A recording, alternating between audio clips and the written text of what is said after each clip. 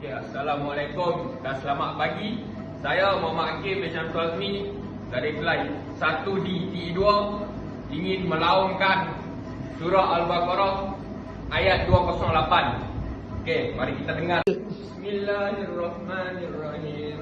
Ya ayyuhallazina amanu khudhu bis-silmi kafatan wa la tattabi'u khutuwati syaitan. Innahu lakum aduwwum mubin. Ayat ini membawa maksud, wahai orang-orang yang beriman, masuklah ke dalam kedamaian dengan keseluruhan jiwa kamu, dan janganlah kamu menurut jejak-jejak syaitan. Kerana sesungguhnya syaitan itu musuh kamu yang amat nyata. Betul. Ya. Supaya orang-orang mukmin menyerah seluruh jiwa dan raga mereka kepada Allah dan menyerah segala urusan mereka, sama ada kecil ataupun besar, kepada Allah Subhanahu wa taala. Mereka hendaklah menyerah secara mutlak kepada Allah tanpa meninggalkan sesuatu yang sumbang, sama ada berupa fikiran atau perasaan, niat atau tindakan, kegemaran atau ketakutan yang tidak tunduk kepada Allah dan tidak reda dengan ketetapan dan keputusannya. Mereka hendaklah memberi ketaatan dan kepatuhan kepada Allah Subhanahu wa taala dengan penuh keyakinan dan kerelaan. Mereka hendaklah menyerah diri mereka kepada kudrat ilahi yang memimpin langkah-langkah mereka dengan keyakinan bahawa Allah mahukan mereka mendapat kebaikan, pengajaran dan petunjuk, dan dengan keyakinan bahawa mereka sedang menuju ke jalan dan sudah yang baik di dunia dan akhirat. Penujuan dakwah yang seperti ini kepada orang-orang yang beriman itu membayangkan bahawa di sana ada orang-orang yang masih teragak-agak untuk memberi ketaatan dan kepatuhan yang mutlak kepada Allah, sama ada di dalam sulit atau secara terang-terangan. Wujudnya orang-orang yang seumpama ini di dalam masyarakat Islam, di samping golongan orang-orang yang biasa, dakwah ini telah ditujukan setiap masa kepada orang-orang yang beriman supaya mereka sentiasa ikhlas kepada Allah, dan supaya aliran fikiran dan perasaan mereka ini selaras dengan kehendak Allah terhadap mereka dan selaras dengan matlamat yang dipimpin oleh Nabi dan agama mereka, tanpa dibugatkan oleh sebarang keraguan dan keteragakan. Apabila seseorang Islam menyambut dakwah itu dengan sambutan yang seperti itu, bererti ia memasuki sebuah alam yang seluruhnya diselubungi kedamaian dan keamanan. Sebuah alam yang seluruhnya dipenuhi kepercayaan dan keyakinan, kerelaan dan kemantapan, di mana tidak terdapat lagi sebarang kerusingan dan kegelisahan, sebarang kedurhakaan dan kesesatan, iaitu kedamaian dengan jiwa dan hati nurani sendiri, kedamaian dengan akal dan logik, kedamaian dengan manusia dan makhluk-makhluk yang hidup, kedamaian dengan seluruh alam buana dan seluruh yang mawujud, kedamaian dan keimanan yang menerangi liku-liku hati nurani, kedamaian dan keamanan yang memayungi kehidupan dan masyarakat, kedamaian dan keamanan di bumi dan di langit. Kesan pertama yang dilimpahkan oleh kedamaian ini di dalam hati ialah kesahihan, kefahaman dan kepercayaannya terhadap Allah. Juga kejelasan dan kemudahan, kefahaman dan kepercayaan itu sendiri bahawa Allah Tuhan yang Maha Esa dan setiap Muslim hanya bertawajuh kepadanya sahaja dengan hati yang teguh dan yakin. Hatinya bulat kepada Allah tanpa dikelirukan oleh berbagai-bagai kepercayaan yang lain. Ia tidak diburu oleh berbagai-bagai Tuhan di sana sini seperti di dalam kepercayaan paganisme dan jahiliyah. Ia hanya bertuhan kepada Allah yang Maha Esa sahaja, dan hanya kepada Allah ia membulatkan hatinya dengan penuh keyakinan, ketenteraman, terang dan jelas. Allah Subhanahu wa taala Maha Kuat, Maha Kuasa, Maha Perkasa dan Maha Gagah. Setiap muslim yang bertawajuh kepada Allah berarti ia bertawajuh kepada kekuatan dan kuasa yang hakiki dan tinggal di alam al-wujud ini. Ia tidak lagi takut kepada segala tenteram, kekuatan dan kuasa lain yang palsu. Dia benar-benar merasa tenteram dan senang hati.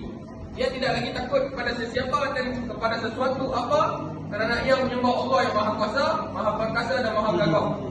Ia tidak lagi bimbang kehilangan sesuatu dan tidak mengharapkan sesuatu pada yang lain dari Allah SWT yang berkuasa menahan diri dan memberi. Allah Maha Adil dan Maha Bijaksana. Kekuatan dan kudrat kuasanya menghindarkannya dari kezaliman, dari hawa nafsu dan penganiayaan. Allah tidak sama dengan Tuhan-Tuhan di dalam kepercayaan paganisme dan jahiliyah yang mempunyai berbagai-bagai keinginan dan kehendak hawa nafsu. Setiap Muslim yang berlindung pada Allah berarti ia telah berlindung pada suatu kuasa yang maha kuat, di mana ia boleh menikmati keadilan, pembelaan dan keamanan. Allah Pengasih dan Maha Penyayang. 3. Allah Maha Pengasih dan Maha Penyayang, Pemberi dan Pengurnia segala nikmat, Pengampunan dosa dan penerima taubat. Dialah juga yang menyambut doa orang yang berada di dalam kesusahan dan menghapuskan kesusahan itu apabila ia memohon kepadanya. Oleh itu, setiap Muslim yang berada di bawah naungannya merasa aman, tenteram, selamat dan beruntung. Ia diberi rahmat apabila lemah dan diberi keampunan apabila bertaubat. Demikianlah tanggapan seseorang Muslim terhadap sifat-sifat Allah yang telah diajarkan oleh Islam kepadanya. Ia dapati dalam setiap ayat, setiap sifat Allah itu hakikat-hakikat yang mententeramkan hatinya, menenangkan jiwanya dan menjamin perlindungan, rahmat, kasihan belas, kekuatan dan keteguhan, kemantapan dan kedamaian. Ya tadi. Kerana Allah tidak sesekali mahu menzalimi hamba-hambanya. Kepercayaan kepada hari akhirat juga merupakan tembok yang menghalang pertarungan gila-gilaan dan pertentangan yang sengit, di mana nilai-nilai dan kehormatan dipijak-pijak tanpa segan silu. Kerana di akhirat manusia akan mendapat pemberian dan pengurniaan yang cukup dan akan mendapat pampasan terhadap hak-haknya yang terluput di dunia ini. Kepercayaan yang seperti ini dapat mencurahkan rasa damai di medan perlombaan dan pertandingan, dan dapat menyalutkan suasana budi bahasa dan persoalan santun ke atas gerak-geri atau tindak tanduk para peserta dalam perlombaan dan pertandingan itu. Ia dapat mengurangkan kegelojohan dan kerakusan yang terbit dari perasaan bahawa peluang yang wujud di dalam musim yang pendek ini merupakan satu-satunya peluang yang terbuka kepadanya. 3. Demikianlah hati seseorang Muslim dilimpahi kedamaian yang terbit dari kesahihan, kepercayaan dan kefahamannya terhadap hubungan yang wujud di antara hamba dan Allah, di antara Allah dan alam buana, di antara alam buana dan manusia. Allah telah menciptakan alam buana ini dengan nikmat yang benar, dan Ia telah menciptakan segala makhluk di dalam alam buana ini dengan takdir yang rapi dan kebijaksanaan. Manusia adalah diciptakan dengan sengaja dan tidak dibiarkan sia-sia sahaja.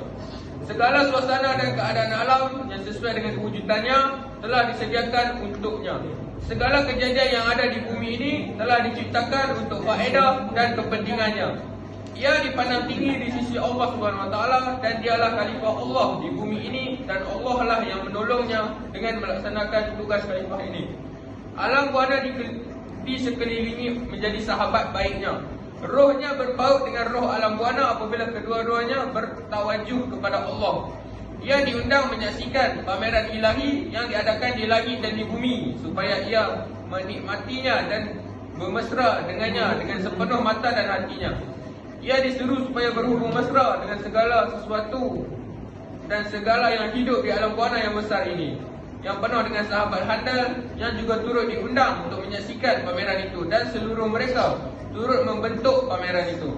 Agama yang membuat penganutnya berdiri di hadapan tumbuh-tumbuhan kecil dan menyarankan bahawa dia akan mendapat pahala apabila dia menyiram tumbuh-tumbuhan itu dan berusaha supaya subur dan menghapuskan segala sesuatu yang menghalangi kesuburannya, adalah satu agama yang sungguh indah dan sungguh mulia, yang mencurahkan kedamaian di dalam rohnya dan membebaskan rohnya berpeluk dalam alam buana dan berpeluk dengan segala makhluk yang ada, dan menyebarkan suasana aman, mesra, kasih sayang dan damai di sekeliling alam buana. Kepercayaan kepada hari akhirat menunaikan peranan asasinya dalam melimpahkan kedamaian ke atas jiwa seseorang mukmin dan alamnya, serta menghapuskan perasaan keluh kesah, bosan dan putus asa. Kira-kira penghabisan tidak dibuat di bumi ini dan balasan yang sempurna juga tidak dibuat di dunia ini. Kira-kira penghabisan akan diadakan di akhirat dan keadilan yang mutlak tetap terjamin di dalam kira-kira ini. Oleh sebab itu, seorang mukmin tidak merasa menyesal terhadap sesuatu usaha-usaha kebajikan terhadap jihadnya demi kepentingan agama Allah, andainya usaha dan jihadnya itu tidak berjaya di bumi ini, dan andainya ia tidak pernah mendapat apa-apa balasannya, dia tidak merasa gelisah terhadap upah dan ganjaran kerjanya. Jika upah dan ganjaran itu tidak diberi dengan sempurna di dunia ini mengikut penilaian-penilaian manusia, kerana dia yakin bahawa upah dan ganjaran itu akan disempurnakan kepadanya mengikut neraca pertimbangan Allah. Dia tidak merasa berputus asa dari mendapat keadilan apabila habuan-habuan kebaikan itu dibahagikan bertentangan dengan kehendaknya dalam perjalanan hidup yang pendek ini.